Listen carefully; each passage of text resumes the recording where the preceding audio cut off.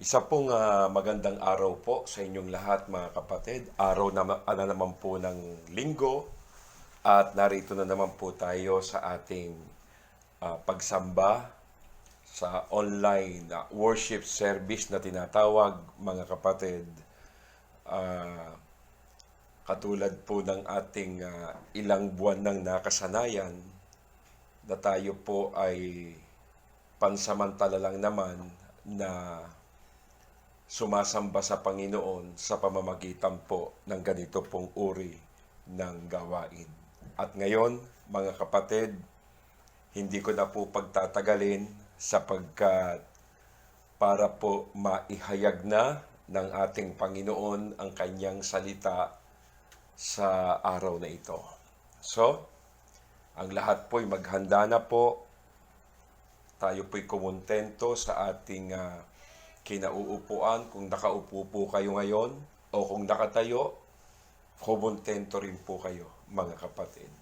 Sapagkat ating pong tututukan ang ating pong mensahe ngayong hapon. Manalangin tayo.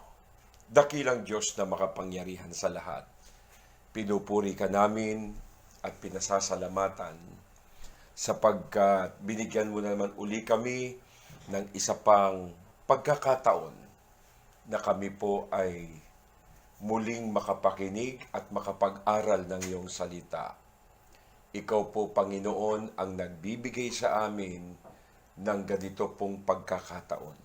Kaya hindi po namin sinasayang na kami po ay makinig sapagkat ang kinauuhawan po namin sa aming buhay, hindi lamang tubig na nakatitighaw ng uhaw physically, kung hindi yung tubig ng buhay na nagbibigay sa amin ng katighawan ng aming pong pananabik sa iyo. Walang iba kundi ang iyong salita. Kaya aming Ama, sa pangalan ng aming Panginoong Jesucristo, nakapisan ng banal mong Espiritu Santo, samahan mo kami sa oras na ito. Amen. Okay. So mga kapatid, tayo po ay lulusong na naman sa isa na namang mensahe ng Panginoon na ipinagkaloob sa atin. Ngayon po mga kapatid, narito na po tayo sa ating sinisiris, yung ating serye na nasa week 2 na po tayo ngayon mga kapatid at napapanahon po yung ating pinag-aaralan at pinakikinggan, kaya nakaka-realize po tayo o tayo po ay nakaka-meditate dito nakakapagnilay-nilay po tayo sa mga nangyayari sa ating paligid, sa ating bansa at buong mundo po talaga Kaya dito sa ating tinatalakay, may mga nare-realize tayo, no? Kaya makinig po kayo, mga kapatid. Week 2 na po tayo ng ating tinatalakay. Hindi po ECQ, pero ECQ, no? Pero hindi po Enhanced Community Quarantine, kundi ECQ, Enhanced Christian Quality. Pero gusto ko makita natin na meron pong malaking kaugnayan yung Enhanced Community Quarantine at yung Enhanced Christian Quality. Talaga namang kasama sa plano ng Diyos yan Yung pananampalataya natin, mga kapatid, tungkol po sa ECQ na pinagdaanan po natin. So, ating pong pag-aralan. Kasi ang topic natin last Sunday, nung nakaraang Sunday, kung natatandaan po ninyo mga kapatid, yung tinatawag na positive result. Okay? Ito, week 1, nung nakaraang linggo, Enhanced Christian Quality, how to have a positive result. Ibig sabihin mga kapatid, naging positibo po ba tayo, positibo sa nangyari sa ating bansa na ECQ, hindi po yung Enhanced Christian Quality, kundi yung Enhanced Community Quarantine. Sa panahon ba ng ECQ, mga kapatid, naging positibo po ba ang ating Christian life? Ibig kong sabihin, mayroon po ba tayong na-achieve sa panahon ng ECQ? Meron po ba tayong na-realize? Nakapag-isip-isip po ba tayo? O kaya may nag-progress po ba sa ating pananampalataya nung panahon ng ECQ? Mga kapatid, yan ang tanong eh. Kasi po maraming naburyon sa ECQ, sa lockdown. Maraming mga Kristiyano gusto na tapusin na yung quarantine period eh. Kasi para bang naguguluhan na po sila mga kapatid eh. Bagamat nasa GCQ na po tayo ngayon, okay? Nasa GCQ na, pero hanggang ngayon naka-quarantine pa rin eh. Quarantine pa rin tayo eh. Tignan nyo yan. Pero alam nyo, mga kapatid, yung sinasabi ko sa inyo kanina, sa panahon ba ng enhanced community quarantine, mayroon po pa tayong napag-isip-isip? Nag-progress po ba ang ating Christian life? Yan ang ating tignan sa ating mga sarili, sapagkat ang gusto lang ng maraming tao matapos na yung quarantine, yung lockdown. Papaano matatapos yung lockdown, yung ECQ, kung hindi pa nakikita ng Panginoon sa atin yung layunin niya kung bakit may ECQ. Kasi hindi naman po magla-lockdown, magkakaroon ng pandemic, magkakaroon ng ECQ kung walang purpose. Tandaan natin lagi, mga kapatid, na ang lahat ng pangyayaring nagaganap sa ilalim ng langit ay pawang itinatakda ng Diyos. Bakit? Mayroon siyang purpose. May layunin eh. Yun ang dapat nating makita. Hindi yung sana matapos na ECQ. Ang tanong, yung purpose ba ng ECQ ng Panginoon sa buhay mo, natapos mo? Tingnan nyo yan. Kasi meron po akong nabasa, mga kapatid. Ito We are eager to go back to normal. But what exactly in the normal do we want to go back to? Sabi diyan, marami pong tao atat na bumalik na sa normal. Pero ano ba doon sa normal ang gustong-gusto mong balikan? Yun eh. Gusto ng iba, sana bumalik na sa normal. Bakit? Ano ba ang gustong-gusto mong balikan doon sa normal? Bakit gusto mong bumalik sa normal? Meron ka bang gustong balikan? Take note kasi mamaya ang gusto mo lang balikan sa pagbabalik sa normal, back to normal, ang gusto mo lang balikan, lakwatsa, gimmick. Baka yun lang ang gusto nating balikan, mga kapatid. Okay? Ang maganda po, ang balikan natin, yung mga bagay na mabuti, nakabubuti sa atin. Hindi na natin balikan yung mga bagay na nakasasama sa atin. Yung mga bagay na pangit. Dapat ang babalikan natin sa new normal, mga kapatid, yung mga bagay na magaganda, hindi yung bagay na pangit. Okay? Kaya Sabihin mo sa katabi mo, kung may katabi ka, sabi mo sa kanya, huwag mo nang balikan ang pangit. Okay? Oh. Kaya nga ngayon mga kapatid, sa totoo lang, kailangan po nating ma-realize, oo nga, mayroon palang mga bagay na kinasanayan natin in the past, before lockdown.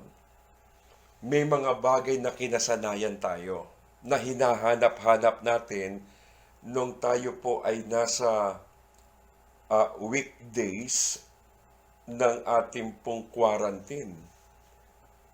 Parang hindi tayo mapakali, mga kapatid. Na inip na tayo, buryon na. Yan eh.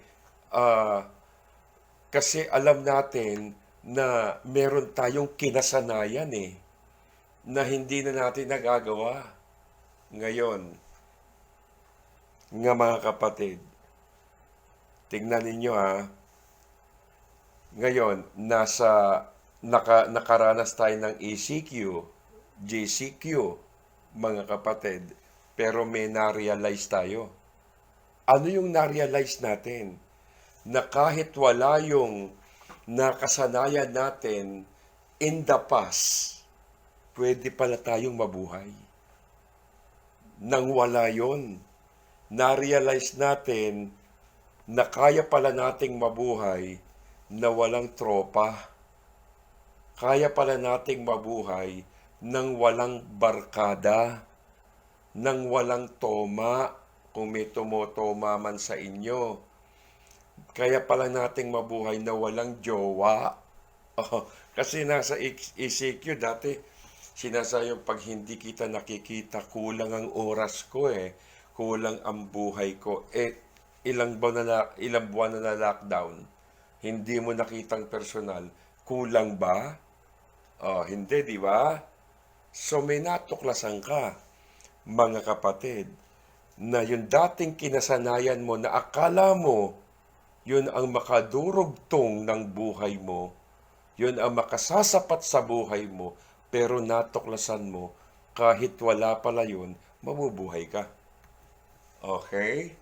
So, of course, we want to go back to the normal for those things that are good for us. Wala namang problema na bumalik ang normal na mga normal. Pero tiyakin natin mga kapatid na ang babalikan natin ay yung mga mabubuting bagay, mabubuti na dapat nating maranasan. Okay? Pero yung mga pong pinag-uusapan natin sa panahon natin na pinagdaanan, yung tinatawag na ECQ, pinagdaanan natin yan eh. Kamakailan lang naman nagkaroon ng JCQ, mga kapatid eh. Pero pinag-uusapan nating ECQ, ito po yung tinatawag na Enhanced Christian Quality. Yan yung pinag-uusapan natin eh. Nasa panahon pinagdaan natin, etong Enhanced Community Quarantine na ngayon ay general community quarantine na, pero sana, yun nga, mawala na po talaga yung quarantine, mga kapatid. Pero alam nyo, sa mga panahong ito, hanggang sa mga susunod na mga araw, mga kapatid, bilang Kristiyano at bilang Kristiyano, mga kapatid, bilang mga tao na ngayon nakakarinig tayo ng salita ng Diyos. Tingnan nyo ha, dapat ang epekto sa atin ng ECQ or GCQ, dapat ang epekto niyan, tumataas ang Christian life mo. Ano pa? Dahil ang totoong Kristiyano, malalaman mo at malalaman sa panahon ng crisis. Yung tunay na Kristiyano, sa panahon ng kalamidad, sa panahon ng kahirapan, sa panahon ng kawalan. Etong panahong ito, dito mo malalaman yung totoong Kristiyano. Oo, mga kapatid, talagang hindi nila sasayangin ang araw at oras na ilalagay nila sa kanilang tahanan. Kahit na dapat po, nagiging better Christian po tayo. Okay? Kaya nung nakaraang linggo, we are to talk positive result eh. Pinag-usapan natin yan. Ano ba yung positibo na nangyari at naranasan natin sa panahon ng enhanced community quarantine? May quarantine, pero may positive result yan sa ating buhay kung nagkaroon ng positive. Kasi yung iba, negative talaga sa kanila yan eh. So, ngayon naman, pag-usapan natin itong week 2 ng ating series na Enhance Christian Quality. Pag-usapan natin, week 2 na to. Ang topic naman natin ngayon, mga kapatid, ang topic ng Lord ngayon, Enhance Christian Quality, week 2, Reach the Peak. Tandaan nyo ha, etong week 2, ang topic natin, Reach the Peak. Ngayon, anong ibig sabihin ng Reach the Peak? Alam nyo ibig sabihin ng Reach the Peak? Yung maabot yung pinakatuktok. Kasi lahat ng bagay may tuktok, may dulo, may hangganan. Yun ang peak. At kapag naabot na yon, mga kapatid, tapos na, hanggang dun na lang. So, bababa na yon. Hanggang mag-flat, hanggang mawala na. Okay? Sana naintindihan po natin yung ating topic, mga kapatid. Okay? Reach the peak, ibig sabihin, marating ang pinakadulo, pinakatuktok. Kasi may hangganan po yan. Hindi po yan pinahintulot ng Diyos na walang katapusan. May katapusan na yan. May katapusan po yan. Nandoon po sa peak, sa tuktok. At pag natapos na ron, unti-unti na pong mawawala yon. Unti-unti na hanggang sa maglaho. Okay? Pero tayong mga Kristiyano, sa oras na ito, may pag-uusapan naman din tayo na ibang klaseng peak. Okay? Anong peak ito na ating pag-uusapan sa Enhanced Christian Quality? Ano po yan? Paano ba makakaabot ang mga Kristiyano sa peak? Okay? Ha? Paano tayo makakaabot sa peak? Ibig ko sabihin, mga kapatid, meron pong plano ang Diyos. Merong layunin. May God's will ang Diyos sa ating mga buhay. Pero, sana maabot po natin yung plano na yon. Yung plano, yung layunin na yon. Nandoon yung peak bago tayo mawala sa mundong ito. Dahil pag hindi natin na-reach yung pinaka-peak at nabawian tayo ng buhay, yun ang magiging pananagutan natin sa Diyos sa pagharap natin sa Kanya. Kaya pag-usapan natin, paano natin makakatagpo, mamimit, mga kapatid, maaabot yung peak ng ating Christian life. Okay? Pag-usapan. Number 1, conviction. Conviction sa topic na reach the peak, para maabot mo ang peak ng Lord sa atin, sa bawat isa sa atin, number 1, ang gagamitin, conviction. Conviction ang gagamitin para makarating tayo ron eh. Makinig Anong ibig sabihin nitong conviction? Listen to this. Sabi rito, your life must be governed by conviction, not just by condition. Ang buhay natin, mga kapatid, ang buhay mo, sana po mapamahalaan ng conviction, hindi lang ng kondisyon.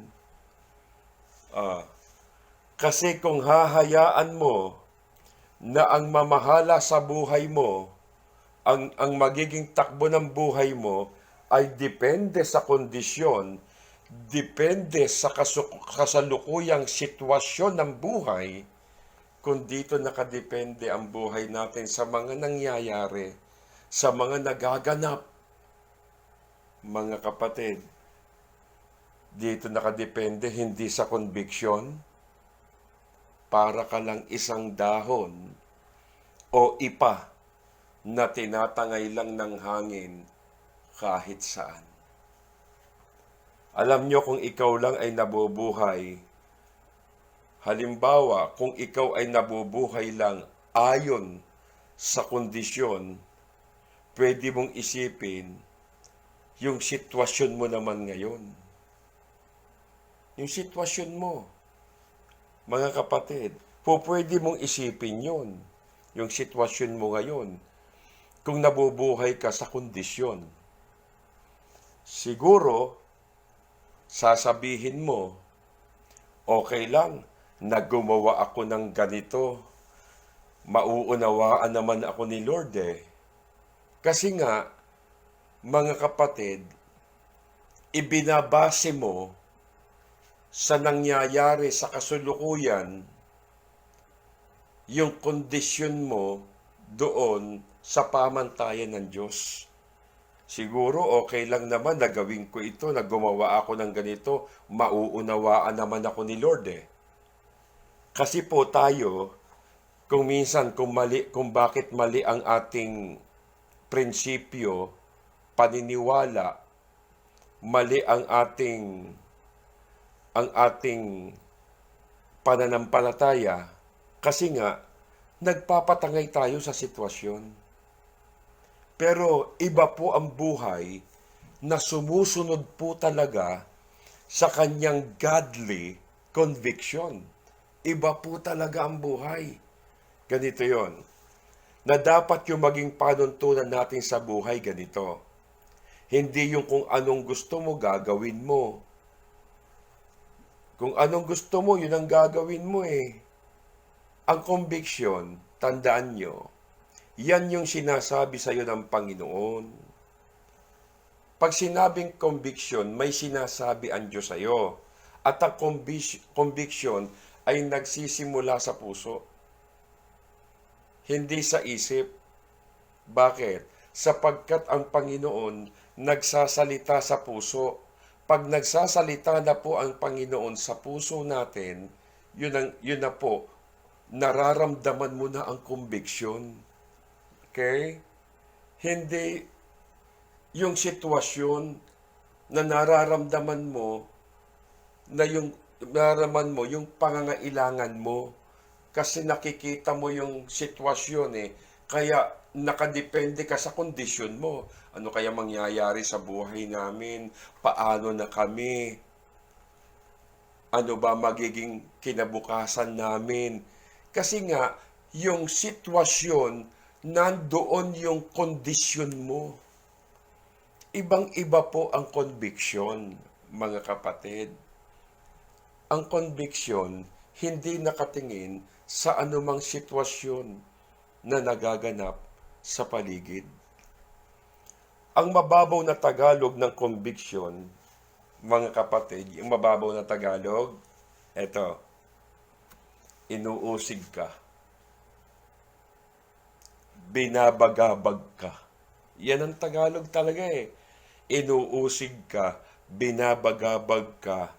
Meaning, sinasabi ng conviction kung ano ang dapat o hindi mo dapat gawin. Kaya maraming believer, sinasalungat o nilalabanan ang conviction sa kanila ng Panginoon. Nilalabanan nila eh. yung sinasabi ng Diyos sa kanilang puso. Kasi ang Diyos hindi nagsasalita sa isip sa puso po. Bakit? Nandoon yung Espiritu. Nakikipag-usap ang Diyos sa Espiritu niya na nasayo. At yung Espiritu na yon, nakikipag-usap sa'yo through conviction.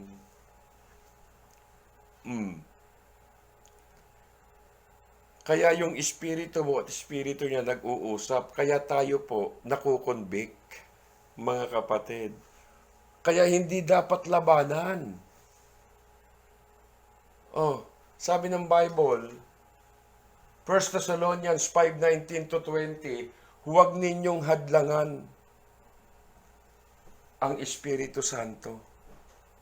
Kita nyo? Kung may sinasabi sa iyo ang Espiritu Santo, ang tawag doon conviction. Kung kinukonvict ka ng Lord, huwag mong baliwalain. Huwag mong kontrahin, mga kapatid. Huwag mong sasalungatin. Huwag ninyong baliwalain, sabi sa 20, huwag ninyong baliwalain ang anumang pahayag mula sa Diyos. May nire-rebuild siya sa iyo May sinasabi siya. Kinukonvict ka niya. Huwag mong baliwalain, sabi ng 20. Kinakausap ka ng Panginoon sa puso mo. Kinakausap ka. Kaya lang, dahil may priority kang iba, wala yun. Binabaliwala, wala yan. Naiisip ko lang siguro yun. Tignan mo yan. Nilalabanan mo Kapatid, dapat sensitive ka as a Christian. Totoo yan. Bilang Kristiyano, hindi ka lang Kristyanuhan. Lamang ka lang ng simbahan. Hallelujah, praise the Lord ka lang. Pero wala kang conviction. Paano ka naging Kristiyano? Paano mo susundin ang Diyos kung wala kang conviction? Di po ba? Ano po pa talaga yung conviction? Pinaliwanag ko na to Ano po ba talaga yung conviction? Sa iba pang kapaliwanagan, ang ibig sabihin niyan, yung conviction, yung sinasabi mong kinukonvict ako ng Holy Spirit. Yes. Tamang salita. Meaning, kinakausap ako ng Holy Spirit. Bakit? Kasi Kristiyano ka Hindi naman pwedeng kausapin ng Diyos yung unbeliever Hindi naman pwedeng mag-rebuild ang Diyos sa unbeliever. Walang Espiritu ng Diyos yun. Kaya yung may Espiritu ng Diyos, doon siya nakikipag-usap. Kasi ang kinakausap ng Diyos, hindi ikaw, yung Espiritu ng Diyos na nasa iyo. At yung Espiritu ng Diyos na nasa iyo, yun naman ang kumakausap sa iyo. Nakukuha mo? Pero another meaning of conviction, bigyan ko pa kayo ng ibang mga ibig sabihin ng conviction, mga kapatid. Okay? Ang ibig sabihin pa ng ibang conviction, ibang salin pa niyan, example, yung mga taong nagkasala sa batas ng tao, tapos nahatulan sila, guilty. Guilty. Okay, nahatulan. Ang tawag diyan, conviction. Nahatulan, conviction or convicted. Kaya may tinatawag na ex-convict. Ex-convict. Eto sabi ng iba, mabuti pa yung convict may ex. Pero yung ex wala man lang conviction. Sabi lang ng iba yon, mga kapatid. So, alam nyo, pag sinabi pong conviction, ay ang ibig po talagang sabihin yan, eto, mga kapatid, strong belief. No? Strong belief. Yung may matinding pananalig sa Diyos. Bakit ko sinasabi yan? Yun ang laging kinukonvict ng Lord. Yung merong strong belief. Yun ang lagi niya kinukonvict eh. Pero yung may maliit at mahinang pananalig sa Diyos na mga Kristiyano, mahinang pananalig, maliit na pananalig, hindi yun kinukonvict ni Lord. Ang kinukonvict niya yung strong belief, yung matatag, matibay na paniniwala, mga kapatid. Kasi kasi yung mga taong maliliit at mahihina ang kanilang pananalig, hindi yun makikinig sa conviction ng Lord eh. Kasi hindi naman sensitive yan eh. Hindi makikinig yun, mga kapatid. Pero yung merong strong belief, tandaan nyo, sabi ko sa inyo kanina, sensitive yan sa sinasabi ng Lord sa kanyang puso. At bilang meron siyang strong belief, alam niya na kapag sinansala niya, sinalungat niya yung conviction ng Panginoon sa kanya, mga kapatid, hindi siya mapapanatag. Mababagabag ang kanyang puso. Kaya nga pag hindi nakinig sa conviction, nababagabag eh. Nauusig. Ganyan po ang ibig sabihin niyan. Kasi pag may strong faith ka, strong belief, diyan nakikipag-usap ang Diyos. Dahil alam ng Panginoon na yung merong strong belief, makikinig yun eh. Sensitibo yung mga may strong belief eh. Pero yung merong weak belief, yung mahina na pananalig, hindi makikinig yun. Pero yung wala pong conviction, tandaan nyo, may mga taong walang conviction eh. Walang matibay na pananalig kasi sila. Bakit? Kaya tignan nyo, walang conviction, wala silang sinusunod, kundi yung sarili nilang kondisyon at paniniwala. Tandaan nyo, pag wala kang conviction, ang susundin mo, sarili mo. Hindi Diyos. Kahit nakakarinig ka pa ng salita ng Panginoon. Kasi yung salita ng Diyos, may conviction yan eh. Meron po. Kaya na magsalita si Pedro sa Acts chapter 2. Alam nyo, sabi ng mga tao, Pedro, tama na. Nauusig na kami. Nababaghabag na kami. Ano gagawin namin? Bakit? Sa Word of God, mga kapatid, na narinig natin, nandoon po yung tinatawag na natatats tayo. Meaning to say, nakukonvict ka. Pero kung meron tayong mahinang pananalig sa Panginoon, kahit anong marinig mong mga word of encouragement, yung kahit ang ganda-ganda pa ng mensahe ng Panginoon, tugman-tugma sa atin na parang tayo kinakausap, pero kung maliit ang pananampalataya mo, hindi mo yun pakikinggan eh, o hindi mo yun susundin eh. Kaya, yun po ang pinag-uusapan natin dito. So, how do you believe? How do you believe? May mga tao kasi na walang conviction. Meron po. Yung bang katwiran nila, kung saan sila masaya, doon sila. Dito ako masaya eh. Dito ako masaya. Dito ako nakukontento eh. Dito ako napapanatag eh. Sarili mo lang yun. Kasi gusto mo yun eh. Yung mga ganong pangyayari. Kaya nakukontento ka. Pero, iba yung conviction. Ang conviction, kinukontra ka sa mga bagay na hindi makabubuti sa'yo. Yun po eh. Ang conviction, hindi yan sumasang-ayon sa gusto natin. Ang conviction po, tayo sasang-ayon sa gusto niya. Kaya nga, inuusig tayo eh. Sapagkat sinasabi ng conviction kung anong tama, kung anong dapat mong gawin o hindi mo dapat gawin.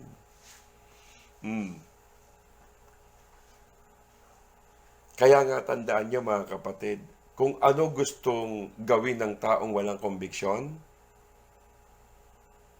bahala siya eh. Gumagano na, bahala na. Kasi walang konbiksyon yun.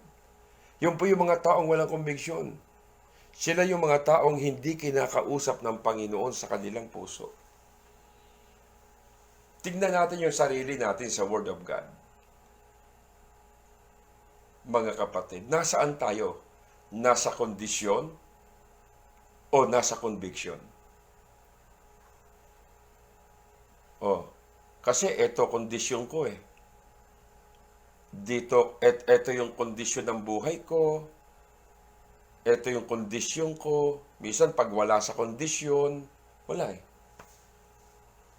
Alam nyo kung may conviction ka, kahit wala ka sa kondisyon, ikukondisyon mo sarili mo eh. Oo. Kasi malakas yun eh. Malakas yung conviction. Kaya mga kapatid, ang tao kapag walang conviction, sila ang nasusunod sa kanilang sarili. Sila ang nasusunod sa kanilang buhay. Kasi walang conviction. At hindi ang Diyos. Anyat yung mga taong ito, nasa loob ng simbahan. Pero hindi nakukonvict. Ang conviction, mga kapatid, tignan nyo, yung may sinasabi o yung may ipinagagawa ang Lord sa Kanya. Minsan yung ibang tao nagsasalita sa atin. Yung pala ginagamit ng Lord, yung sinasabi nila para makonvict tayo, para mag-isip tayo. Okay? Mag-isip tayo. Kasi kung wala pong gagamitin ang Diyos na magsasalita sa atin minsan hindi naman direktahan eh. Minsan ipinaarating ng Panginoon sa iba, maaaring sa kapatiran mo, sa kapatid mo, na kinakausap ng Diyos para kausapin ka. Kaya lang ikaw, nakadepende ka sa kondisyon mo. Kaya minsan, ang kinakampihan mo, yung kondisyon mo, hindi yung conviction. Ang sinasang-ayunan mo, yung gusto mo, yung nararamdaman mo. Hindi yung sinasabi ng Panginoon na anyat alam mo tama. Kasi minsan napakahirap kalabanin ng sarili. Oo. Kahit alam mo tama. Minsan, sineset aside natin ng conviction para lang masunod natin yung sarili natin. See? Kaya, tingnan ninyo mga kapatid, dahil nakadepende ka sa kondisyon mo sa buhay, kaya yung Word of God na pinakikinggan mo minsan, pumapasok na lang, tapos lumalabas sa kabilang tenga. Hindi sa puso mo pinapapasok, kasi kumokontra eh. Okay? Kumokontra. Minsan sinasabi ng Panginoon sa atin, kailan dahil sa gusto natin yon, pero sinasabi ng Panginoon, huwag pero gusto mo, so sino nasusunod? Hindi yung conviction, kundi yung kondisyon. See? So lumalabas na hindi si Lord ang Lord mo, pag ganon. Hindi po, kundi yung sarili mo. Kaya sarili mo ang sinusunod mo.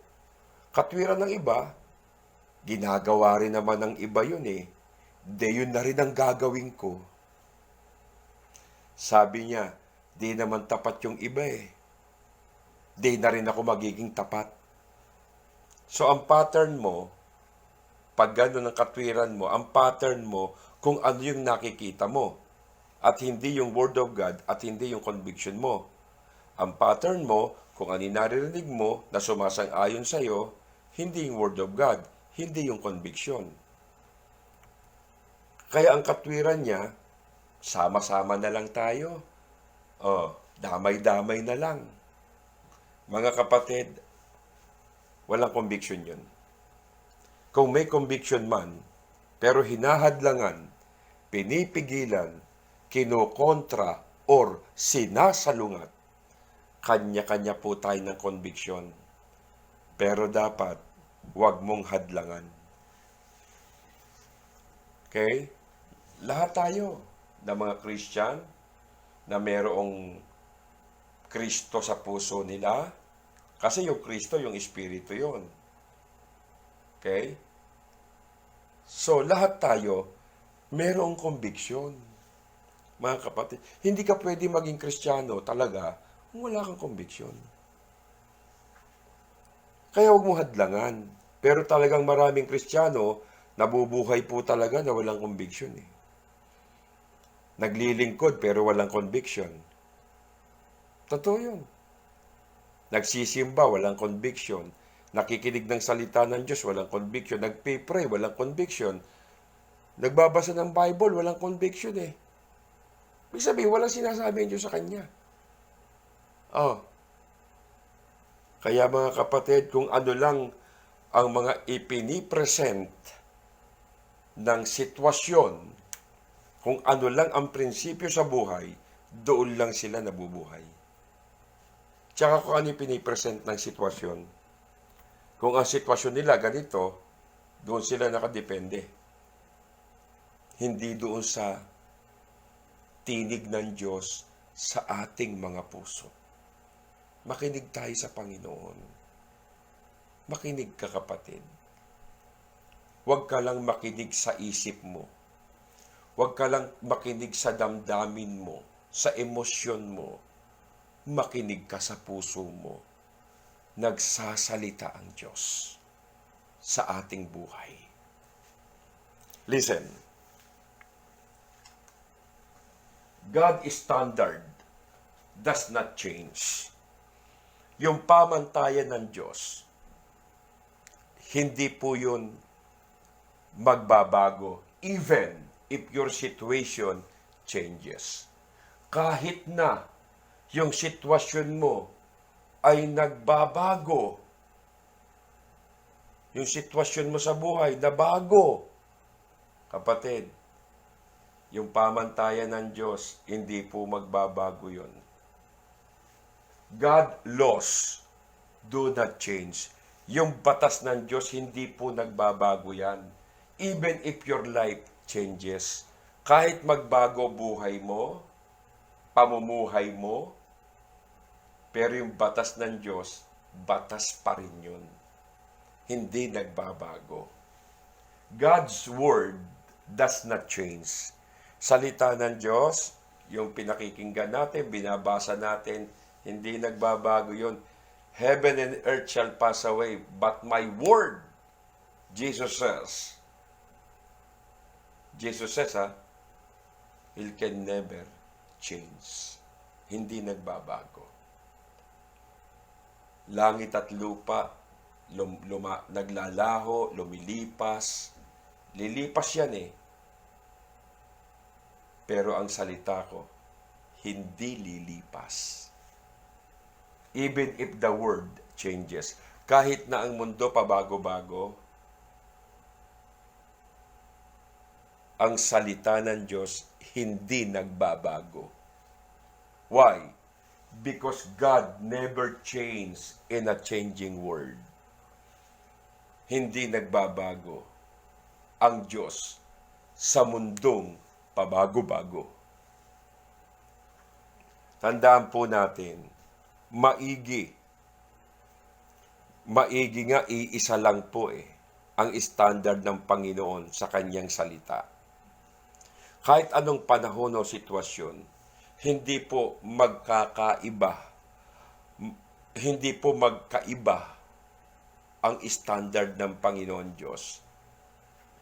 Lockdown man o normal days or lockdown, tandaan nyo, hindi po magkaiba ang standard ng Panginoon.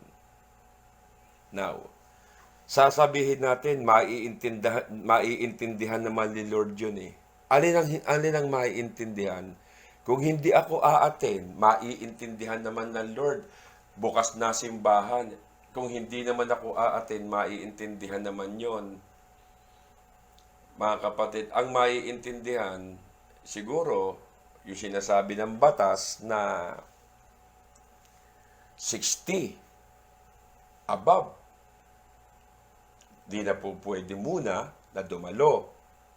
Mga kapatid, tsaka yung mga bata, hindi muna pwedeng dumalo. Pero ikaw, na nasa edad ka naman, qualified ka naman sa GCQ, kung sabihin natin, hindi ako dadalo, maiintindihan ng Lord eh. Kasi takot ako sa coronavirus eh. Takot ako sa pandemic eh. Takot ako sa karamdaman eh. Maiintindihan naman ng Lord. Ganun ba? Kapatid, hindi kumakampi, pumapanig ayon sa kalagayan, sa sitwasyon ng tao, ang standard, ang batas, at ang salita ng Diyos. Hindi po. Kasi, sasabihin natin, naiintindihan ng Lord. Talaga ba? Kapag ganon ang Panginoon, yung pagkakakilala mo sa Diyos, hindi Diyos yun. Kasi nakadepende sa sayo eh. Hindi po Diyos yun. Dahil pabago-bago,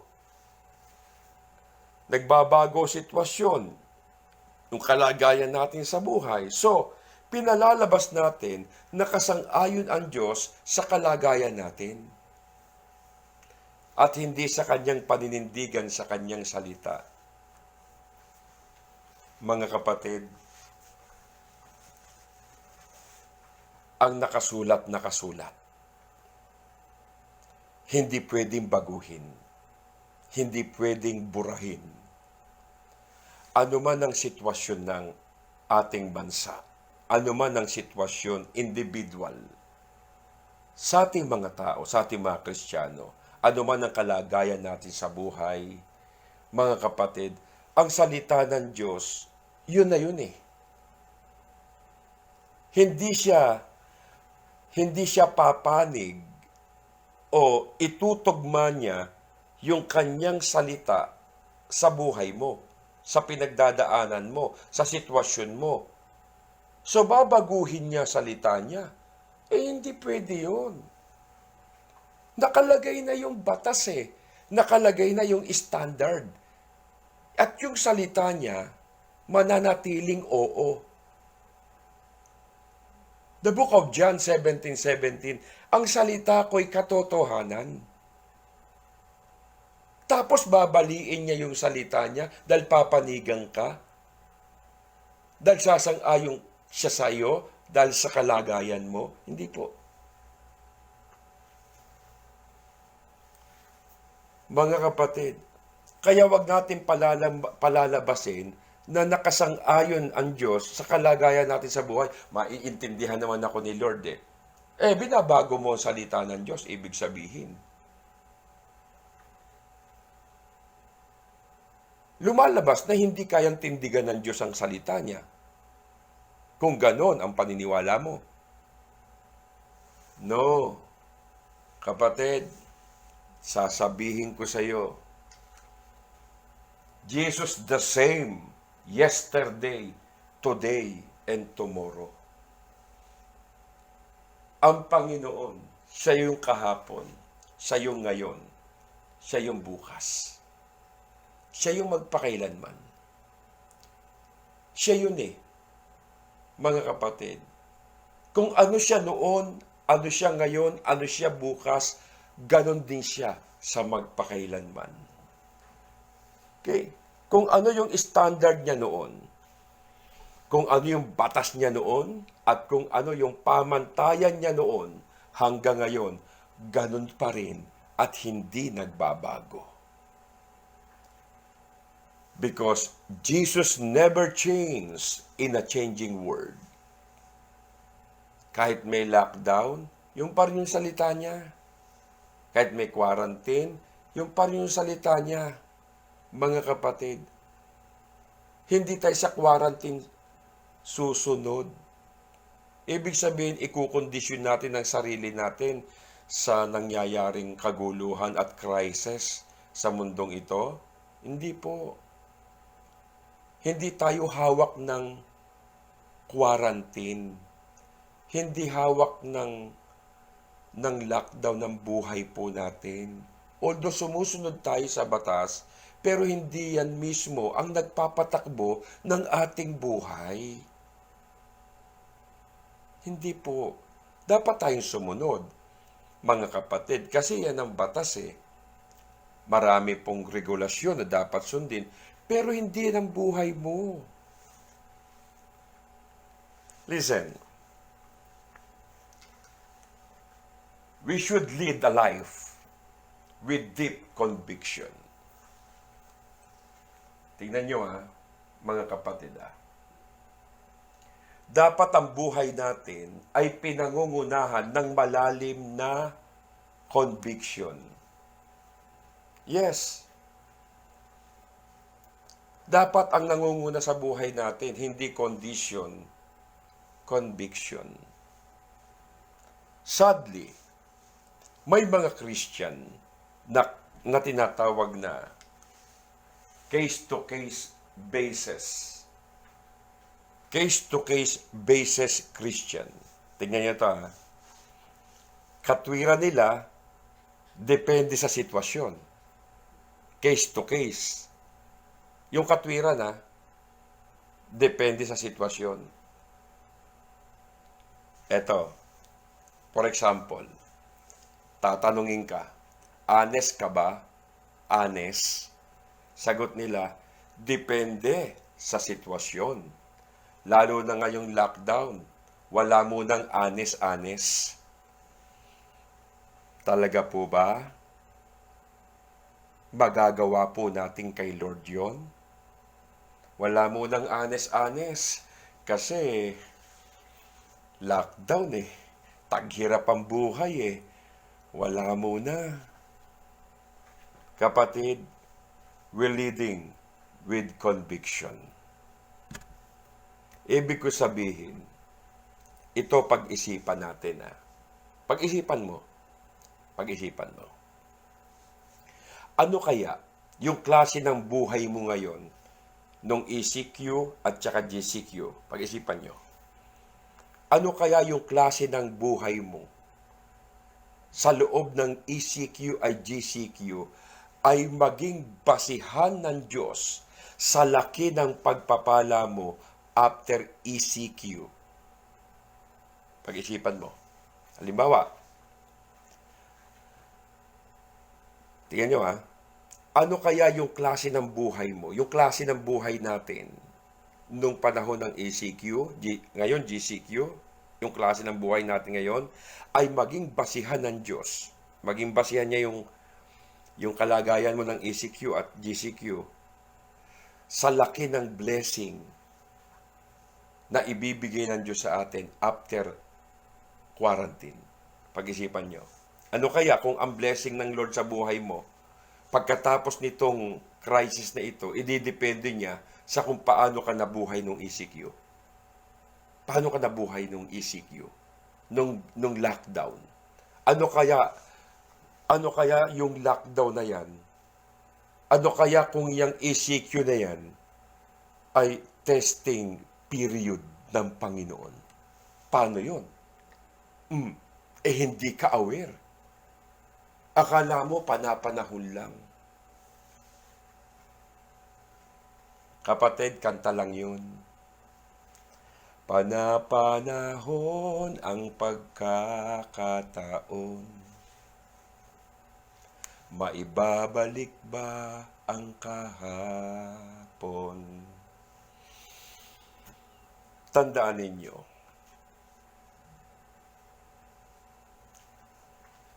papaano kung testing lang ng Panginoon yung quarantine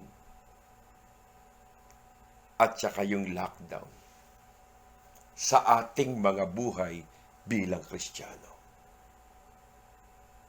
Paano? Kung saan mo ginagamit yung time mo. Yung time, yung panahon mo, yung oras mo in the time of ECQ. Kung ano ang pinaggagawa mo sa panahon ng lockdown. kung ano ang pinagkakaabalahan mo sa panahon ngayon ng GCQ. Ano kaya kung ang panahon ng ECQ at GCQ, ito kaya ang maging basis ng Panginoon sa mga blessing na tatanggapin natin after all this? Hindi ko pinag-isipan yan. Paano kaya kung testing period lang pala ito ng Panginoon sa atin? May na-achieve ka? Nag-process ka ba? Nagkaroon ba ng quality ang Christian life mo in the times of ECQ, lockdown, at ngayong GCQ? Pag-isipan mo yan. Hindi po darating ang ganitong mga panahon. Tandaan ninyo, kung walang plano ang Diyos dito sa atin. Kung walang layunin ng Panginoon. Pag-isipan mo. Number 1, conviction. Number 2, communion.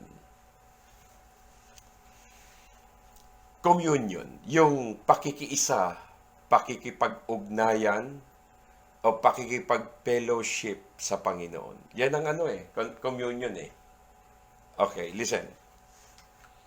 Your life must be filled with communion, not just with companion. Ang buhay daw natin, mga kapatid, ay punuin natin, sapatan natin ng pakikiisa sa Diyos.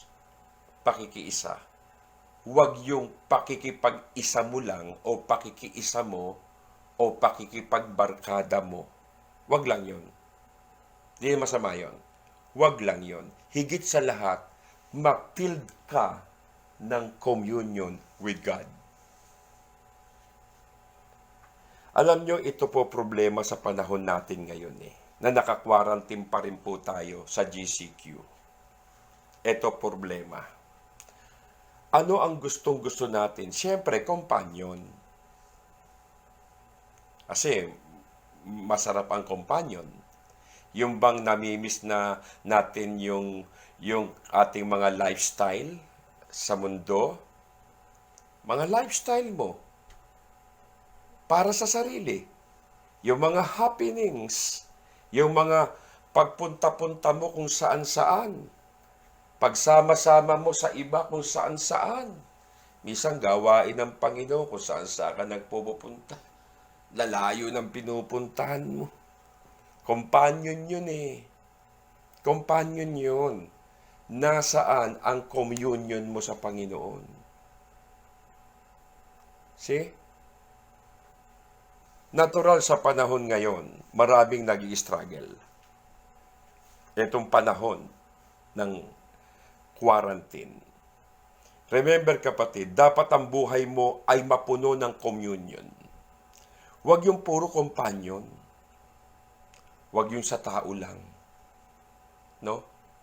Huwag yung sa tao lang. Doon natin pupunuin yung companion natin, yung company natin. No. Darating ka rin dyan. Pero ang importante sa panahong ito, sa panahon ngayon, fill your life with communion. Communion with God. Fellowship with God. Sa panahong ngayon. Tingnan nyo. May isa akong propeta na kinabiliban, hinangaan. Isa po dyan, si Daniel. Si Daniel. Ang tindi ng communion ni Daniel kay Lord. Imagine, nagpe-pray siya 3 times a day. Nananalangin siya 3 beses isang araw. Ang tindi ng communion niya.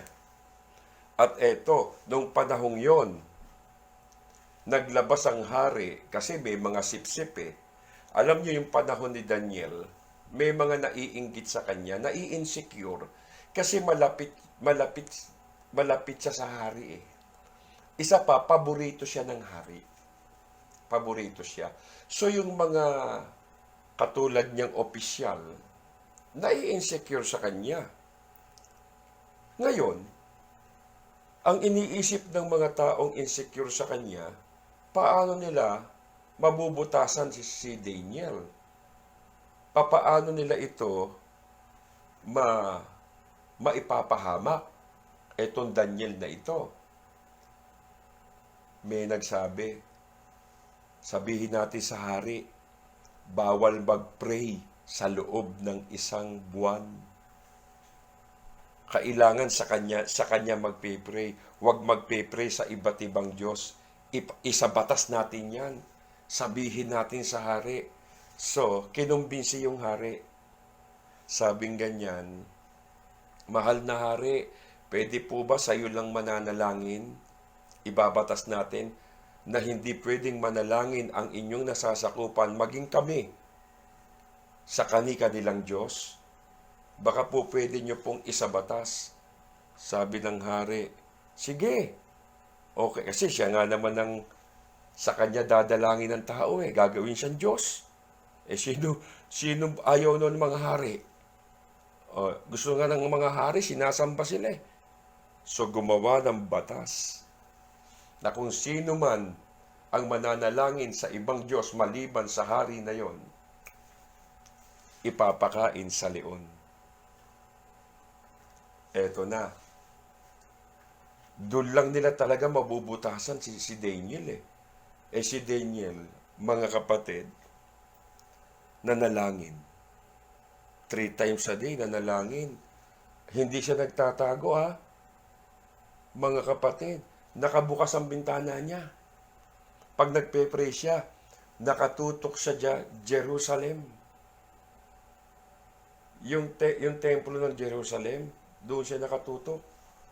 Mga kapatid, kasi sinabi ni Solomon yan Panginoong Diyos, sakali man po na ang mga tao, ang iyong bayan ay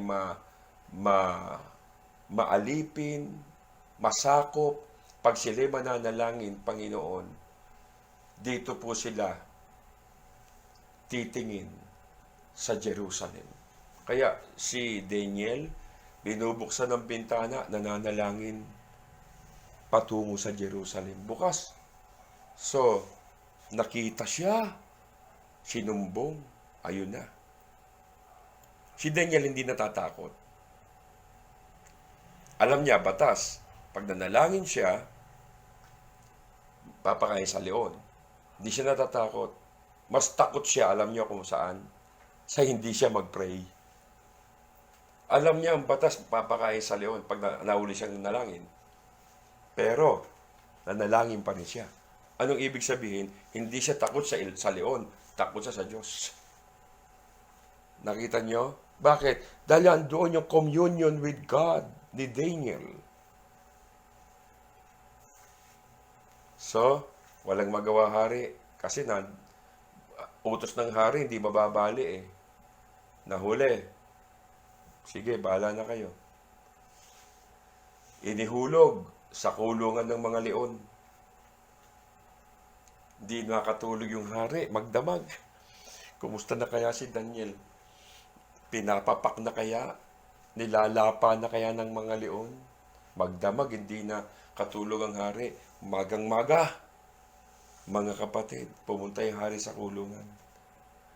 Daniel, lingkod ng Diyos, lingkod ko, buhay ka pa ba? Sumagot si Daniel, my God sent His angel and shut the lions' mouths, and they have not harmed me, because I was found blameless before Him, and also before you, O King, I have done no harm. Tignan nyo yan, mga kapatid. Sabi ni Daniel, tinikom po ng Diyos, nagpasugo siya ng mga anghel, tinikom niya ang bunganga ng mga leon. Pinaamo po ng Diyos ang mga leon. Bakit? Yun ang nagagawa ng panalangin. Nakita nyo? In the times of danger, iingatan ka ng Diyos. Sa panahon ng panganib, kapahamakan, sakuna, iingatan ka ng Diyos kapag ikaw ay nananalangin. Kaya mga kapatid, si Daniel, matindi ang prayer. Tignan mo, matinding manalangin eh. Nawalan ba ng kabuluhan ang prayer niya? Nawalan ba ng halaga panalangin niya? No! Hindi kinakalimutan ang prayer mo. Huwag kang maging tamad sa panalangin. Ayaw nang manalangin. Nadi-discourage ka kasi sa nangyayari, sa nakikita mo, sa nababalitaan mo, sa napapanood mo, sa napakikinggan mong mga negatibong impormasyon. Ayaw mo nang mag-pray, kapatid. Biglang sabihin yan, wala kang communion sa Panginoon. Hindi siya nilapa. Si Daniel, meron akong illustration sa inyo, ha? Lion's Prayer. Merong mga leon, kulungan ng leon sa zoo. Mga kapatid, ito. May isang Kristiyano naglalakad sa gilid ng kulungan ng mga leon sa isang zoo. Kristiyano siya eh. May isang Kristiyano naglalakad sa gilid ng kulungan ng mga leon. Mataas-taas eh. Ngayon, nadulas. Yung Kristiyano, nahulog. Eto na, pagtayo niya, lumalapit ang 5 leon. 5 layon, lumalapit eh. Ngayon, mga kapatid, pero dahil siya'y Kristiyano siya, ang sabi niya, stop! I am the child of God. Alam nyo, yun na lang ang masasabi niya, yun na lang paraan eh. Kasi 5 leon eh. Stop! Sabi niya, nirebuke niya eh. I am the child of God. Ngayon, maya-maya, tumahimik ang mga leon at yumuko. Sabi niya, wow! Effective ang prayer ko. Powerful ako. Sabi niya, kaya lang, maya-maya, may sumisigaw sa taas. Alam niyo kung sino sumisigaw? Yung trainer ng mga leon. Yung caretaker ng zoo. Sumisigaw, sabi ganyan, Mama, umalis ka na. Tumakbo ka na. Ngayon na. Bakit? Lalapain ka ng mga leon. Kakainin ka niyan. Sabing ganun, tumakbo ka na, sasagpangin ka nila. Huwag kang mag-alala, Brad. Christian ako. Sabi nun, nung nasa kulungan, na nahulog, Kristiyano. Huwag kang mag-alala. Bro, Christian ako. Nireview ko, nakita mo, tumahimik sila, yumuko. Ang sabi nung nasa taas, yung trainer, yung caretaker ng zoo, Brad, Christian din ako. Trainer ako niyan. Tinuturuan ko sila na manalangin bago kumain. Kaya pala, yumuko ang mga leon, nag-pray muna pala bago siya kainin. So, pero hindi ganyan ang nangyari kay Daniel. Gutom na gutom actually ang mga leon, pero hindi siya kinain, hindi sinakmal, hindi sinagpang. Alam nyo, lagi kong sinasabi sa inyo mga kapatid, na ang pinaka-safe na lugar, pinakaligtas na lugar, tandaan ninyo, yung communion kay Lord. Yung pakikipag-isa, pakikipag-fellowship sa Panginoon, yung pinaka-safe na lugar ay nandoon sa prayer po natin sa Panginoon.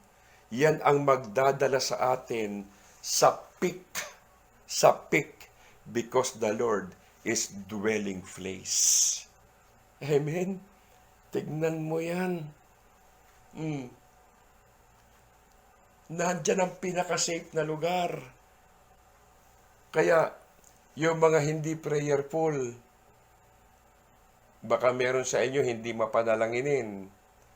Baka kung ano-ano nang masamang nangyayari sa inyo. Why?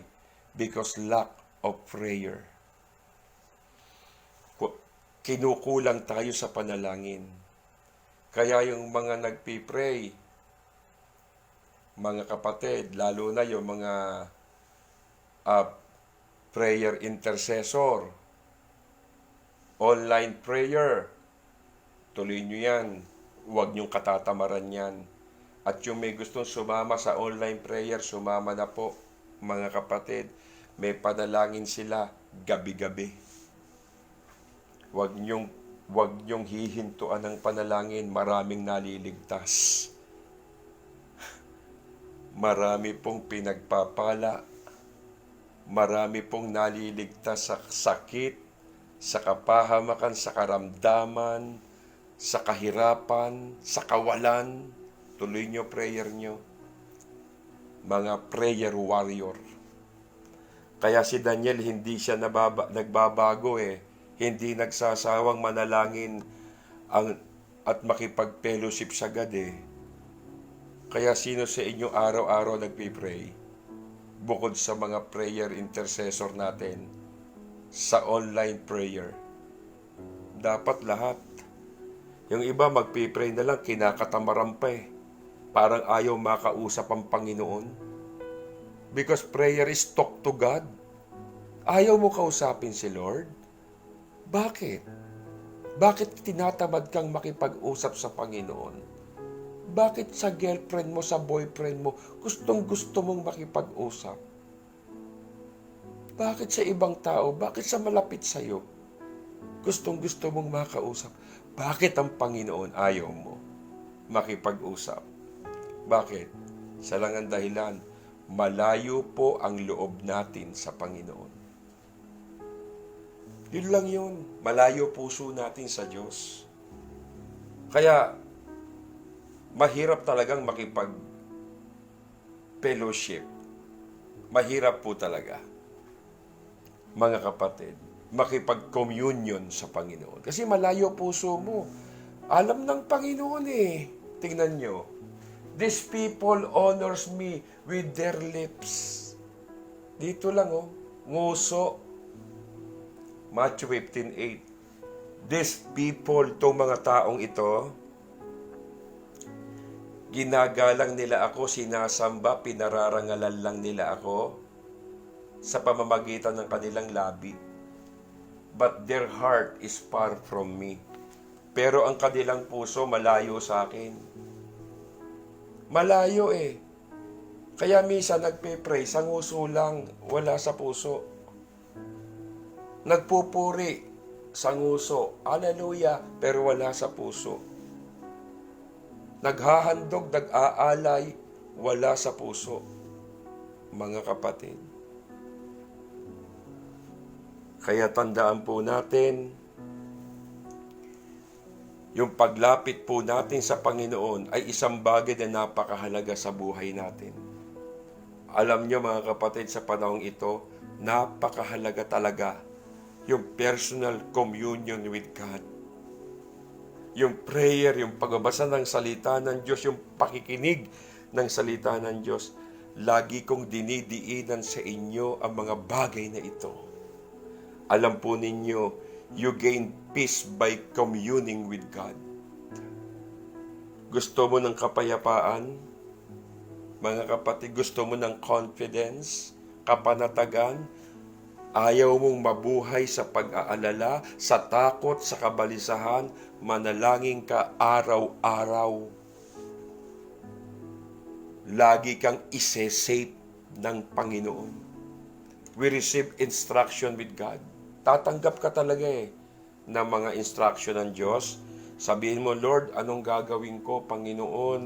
Anong gagawin ko sa panahong ito? Paano na po kami? Tulungan mo po kami. Ikaw po pag-asa namin.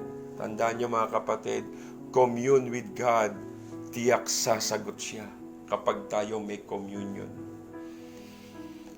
Kaya, yung pandinig ng Panginoon ay nakakiling sa ating mga daing.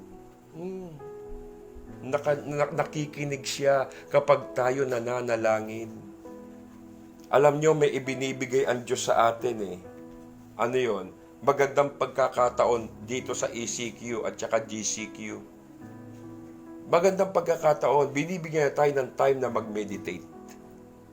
Mga kapatid, magnilay-nilay, mag-pray, makinig ng salita ng Diyos through the Word of God, to read the Word of God. Hindi ba nakikita yung pagkakataong ibinibigay ng Diyos sa atin? Alam niyo ba kung bakit may lockdown?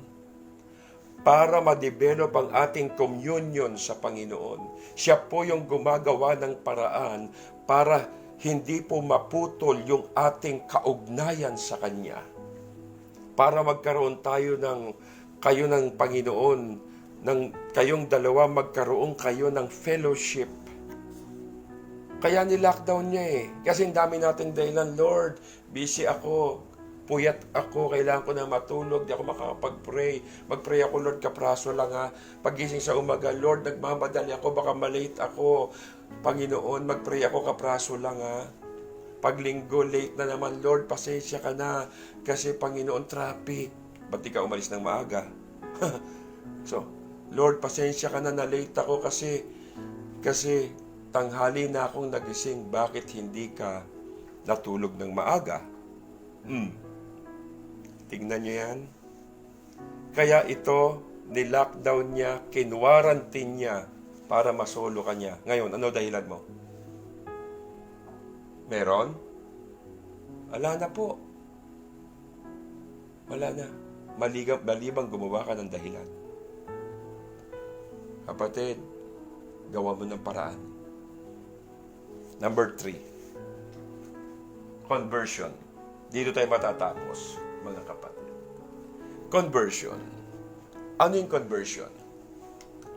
Your life must be known for conversion, not just for continuation. I repeat, your life must be known for conversion, not just for continuation. Ano ibig sabihin ng conversion? Kinonvert, ibig sabihin, binago. Yung po ibig sabihin ng conversion na bago eh. Kaya yung sinasabi natin last week, yung week 1, dapat ang buhay natin adaptable. Adaptable. Ina-adapt na lang natin yung mga nangyayari para di maapektuhan. Dapat ang buhay po natin convertible. Kino-convert na lang natin yan. Bahala na si Lord. Ano man mangyari, talagang darating at darating naman yan eh. Ano nireklamo mo? Nakadekree yan. Nakatakda yan. Mga kapatid, wala kang dapat pagtakhan. Wala kang dapat ireklamo. Kasi walang pangyayaring nagaganap na hindi po Diyos ang nagtakda niyan. Wala pong nangyayari na hindi Diyos ang may kaalaman yan. Kaya may mga bagay, mga kapatid, na dapat constant tayo. May mga bagay na dapat nananatili tayo eh. Sa Panginoon, nagpapatuloy. Alam niyo mga kapatid kung ano kinatatakutan ngayon ng maraming bansa? Second wave. Yan ang kinatatakutan. Ngayon, GCQ na tayo. Ano pinangangambahan ng Malacanang? Kailangan mag-GCQ kasi dami nagugutom na tao eh. So, pinakawalan na niya. Mga kapatid, kasi habang walang bakuna, walang gamot, pwedeng bumalik-balik anytime ang virus. Pwede magpasalin-salin pa po yan. Kaya may isang tao lang na ma-infect uli. Naku po, marami uling ma-infect. Pwedeng magkalat-kalat yan. Yan po ang inaalala ng ating pamahalaan. Kaya listen, I don't know what tomorrow holds. But I know who holds tomorrow. What? Tingnan niyo yan. Ano yan? Eto, makinig kayo. Hindi ko alam kung anong mangyayari bukas. I don't know what tomorrow holds. But I know who holds tomorrow. Hindi ko alam ang mangyayari sa akin bukas, pero alam ko kung sino ang may hawak ng aking bukas. Why? Ang Panginoon ang may hawak ng ating bukas.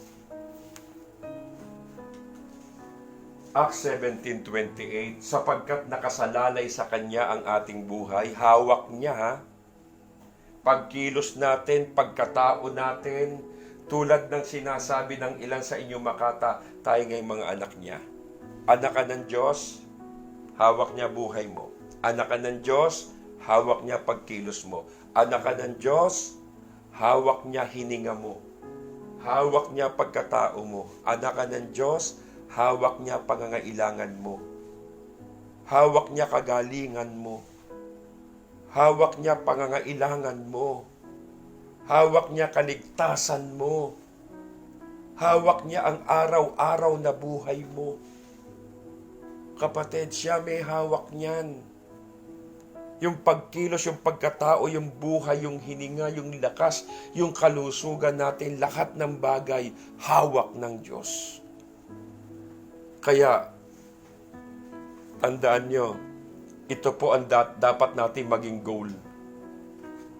Glorify God in all seasons of your life.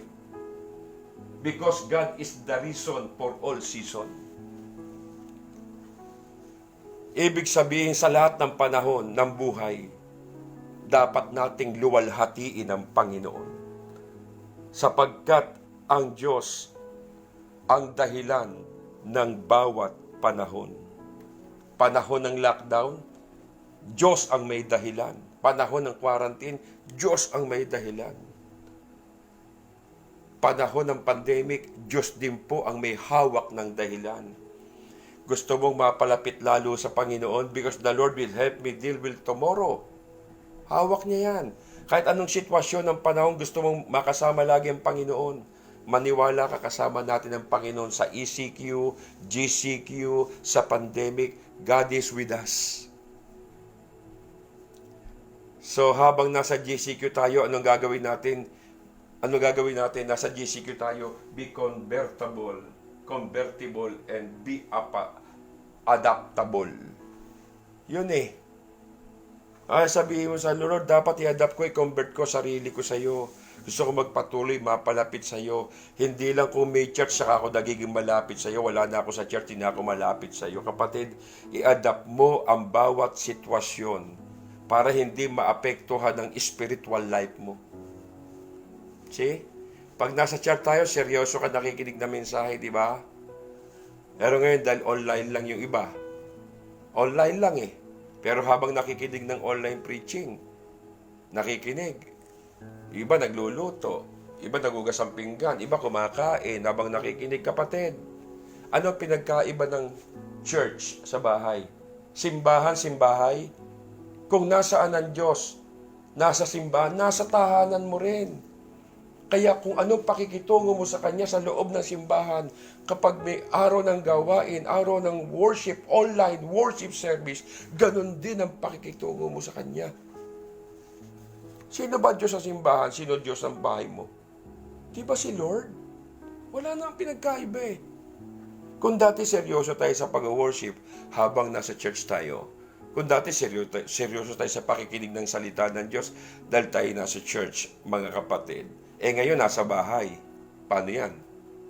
Sabihin natin, wala naman ako simbahan eh. Nasa bahay naman ako. Kaya kahit kumakain ako, nakikinig ako ng Word of God. Kahit naghuhugas ako ng pinggan, nakikinig ako ng Word of God. Kahit naglalaba ako, nakikinig ako ng Word of God. Gawin mo sa simbahan yan. Sino ba yung Diyos doon tsaka Diyos sa bahay mo? God is everywhere.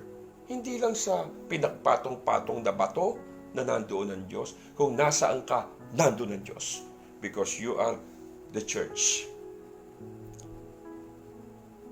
Ikaw po ang body of Christ. Ikaw ang templo. Please, ano man ang sitwasyon natin ngayon, mag-adjust po tayo. Hindi maapekto ang relasyon natin sa Panginoon sa mga bagay na nangyayari. Mag-adjust lang tayo. We have to be adaptable and convertible. I-convert mo sarili mo sa ganitong panahon. Dahil nasa new normal tayo eh.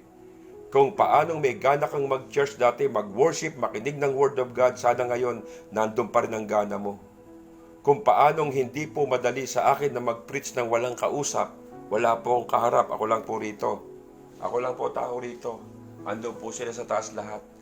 Kung paano mag-preach ng walang kaharap, walang kausap, ang hirap po magsalita ng walang kausap, walang kaharap, para ako may toyo rito, mga kapatid. Pero nandoon po ang aking adaptable at convertible. Nandoon yung adaptable ko eh. Hinihingi ng pagkakataon eh. Hinihingi ng sitwasyon, ng pangyayari. Pero walang pwedeng humadlang. Di po ba? Hindi pwede. Kaya lang po ninyo, yung ginagawa natin, we do it with passion. Gawin natin may pag-ibig. Do it with on fire. Gawin natin ng mabisa. Bakit? Kasi alam po natin na may kapangyarihan itong ginagawa natin at hindi po nawawala ng kabuluhan. We can adapt hanggang ito po yung hinihingi na sitwasyon. Alam nyo itong panahon natin ngayon, tignan po natin ginagawa natin ngayong panahong GCQ. Dapat kung ano man yung sitwasyon na pinaglagyan natin sa atin ng Panginoon, tanggapin natin. Huwag nating iisipin na, Lord, Panginoon, lockdown po ECQ naman GCQ, kaya pwede ba hindi mo na ako maging tapat sa'yo? No. Palay ko, mauunawaan mo naman ako, Lord, kasi alam mo yung kahirapang pinagdadaanan ko. Mauunawaan mo kung di ako aaten. Mauunawaan mo kung di ako mag-iikapu, kung di ako mag-o-offering. Kasi yung pera ko naman po galing lang sa ayuda yun eh. Kaya hindi naman po siguro masama kung hindi ko po gagawin yung ginagawa ko sa church. Kapatid, ang katapatan, kahit saan ka naroroon, ano man ang kalagayan mo sa buhay, hindi po dapat magbago ang iyong relasyon, damdamin, at pananampalataya sa Panginoon. Kaya, ngayon, let's go. Let's go do our best. Kahit nasa ECQ, GCQ, gawin natin ang pinaka-the best para sa Panginoon. Let's serve the Lord. Maglingkod tayo. Wala tayong pipiliing panahon o pangyayari. May magagawa pa rin tayo sa Panginoon kahit nasaan tayong lugar. Let's reach the peak. Abutin natin ang plano, ang layunin, ang kalooban ng Diyos sa ating mga buhay. Kapatid, tandaan mo, maraming bagay ang ginagawa ng Panginoon para katagpuin ang ating pangangailangan. Pangangailangang pisikal, pangangailangang emotional, pangangailangang mental, pangangailangang spiritual, pangangailangang pinansyal.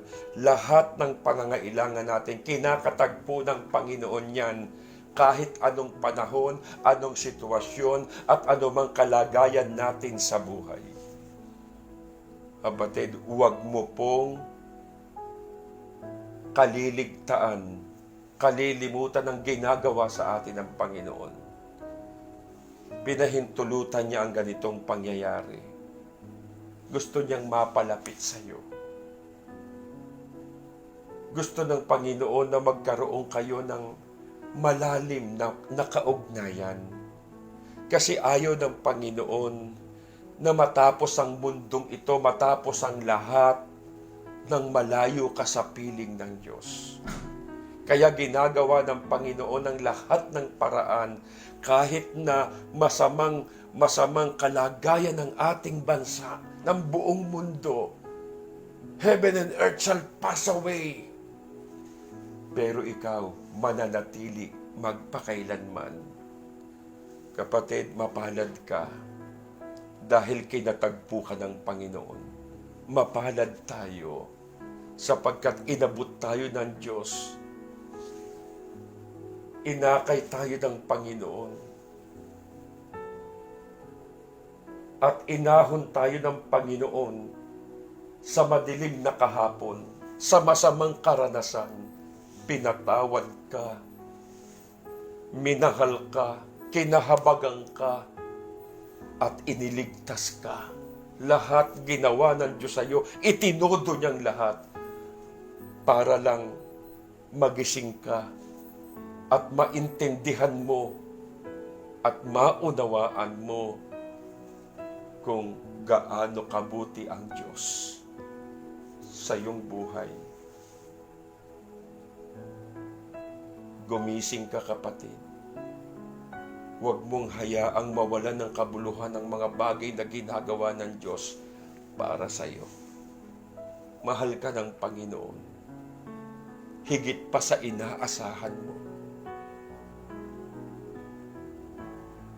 Kahit hindi mo nakikita, nandiyan ang kamay ng Diyos na handang magligtas sa iyo sa iba't ibang masasamang pangyayari na dapat nakatakdang mangyari at maganap. Pero dahil sa pag-ibig ng Panginoon sa iyo, hindi mo lang nakikita kung paano kanya ipaglaban, kung paano kanya sagipin at iligtas sa tiyak na kamatayan at kapahamakan.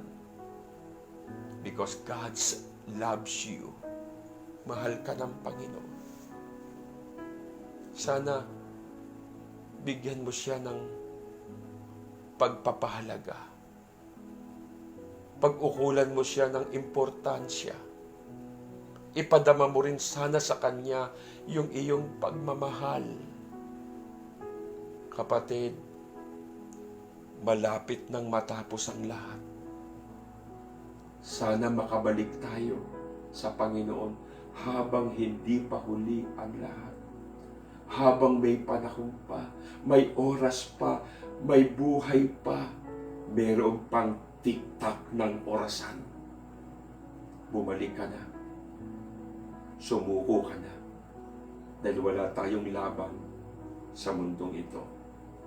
At lalo na, wala tayong laban sa kalooban ng Diyos. Sana po, naintindihan po natin ang mensahe ng Panginoon. Meron kang dapat abutin, katagpuin, at meron kang dapat marating. Reach the peak. Abutin mo habang hindi pa dumarating ang katapusan mo. Abutin mo habang hindi pa dumarating ang kapahamakan. Hindi pa dumarating ang nangako na siya'y muling babalik. Huwag kang mag-aksaya ng panahon. Samantalahin mo na, dalian mo na, bilisan mo na habang may oras pa, habang may panahon pa. Reach the peak. Praise the Lord. Kaya mga kapatid, salamat sa Panginoon sa pagkakataong ibinigay niya sa atin ngayon. Sana naintindihan ninyo na para maabot natin ang plano, ang layunin, ang gawain ng Diyos sa atin, maging ang kalooban niya. 3, conviction, communion, and conversion. Conviction, makinig ka sa sinasabi ng Panginoon. Communion, bunuin mo ng oras at panahon ang kaugnayan mo sa Panginoon. Conversion, wag lang tayong nagpapatuloy, kundi nagbabago ang buhay natin sa ating pagpapatuloy upang maabot natin ang sukdulan, ang rurok, ang dulo, ang tuktok ng tagumpay para pagharap mo sa Panginoon, Hindi ka na atrasado. Hindi ka na nabalam pagharap mo sa Panginoon. Hindi ka nahadlangan ng problema ng pagsubok ng kahirapan, ng lockdown ng ECQ. Hindi ka nahadlangan ng sarili mong kagustuhan at sarili mong kalooban. Kaya magagawa mo ang lahat. Makakaabot ka talaga sa peak na ibinigay sa iyo ng Panginoon para one day, pagharap mo sa Lord, sa trono ng kanyang biyaya, ay pwede na po tayong sumaludo sa Hari ng mga Hari, sa ating commanding officer, na walang iba kundi ang ating Panginoong Jesucristo. My Lord, mission accomplished. Okay?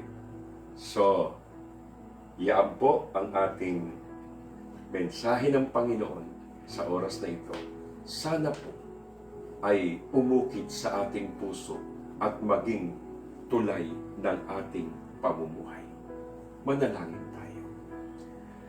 Aming Ama sa langit, Diyos na makapangyarihan sa lahat. Salamat po sa mabiyayang salita na amin pong napakinggan, sa mensaheng ipinagkaloob mo sa amin. Binigyan mo kami ng pagkakataong makinig. Binigyan mo kami ng pagkakataong pakinggan ang iyong salita. Salamat sa pabor na ito. Napalad kami sapagkat pinili mo kami sa karamihan. At ngayon, Panginoon, binibigyan mo kami ng pagpapala. Hindi lang sa buhay na ito, kundi hanggang sa buhay na walang hanggan. Salamat sa mga salita mong nahayag sa amin. Ibaon mo ito sa aming puso't isipan, at ito ang maging tulay ng aming landas patungo sa iyo at sa iyong kaharian. Salamat, Panginoon. Bigyan mo lagi kami ng kasigasigang kasipagan at kauhawan. Pagpatuloy po namin kayong mapaglingkuran. Salamat, aming Ama, Panginoong Jesucristo at kabanal-banalang Espiritu Santo. Sa pangalan ng aming Panginoong Jesucristo, ito po ang aming dalangin. Amen. God bless. Magkita-kita ulit tayo kung loloobin ng Panginoon sa pangalan ni Jesus. Amen.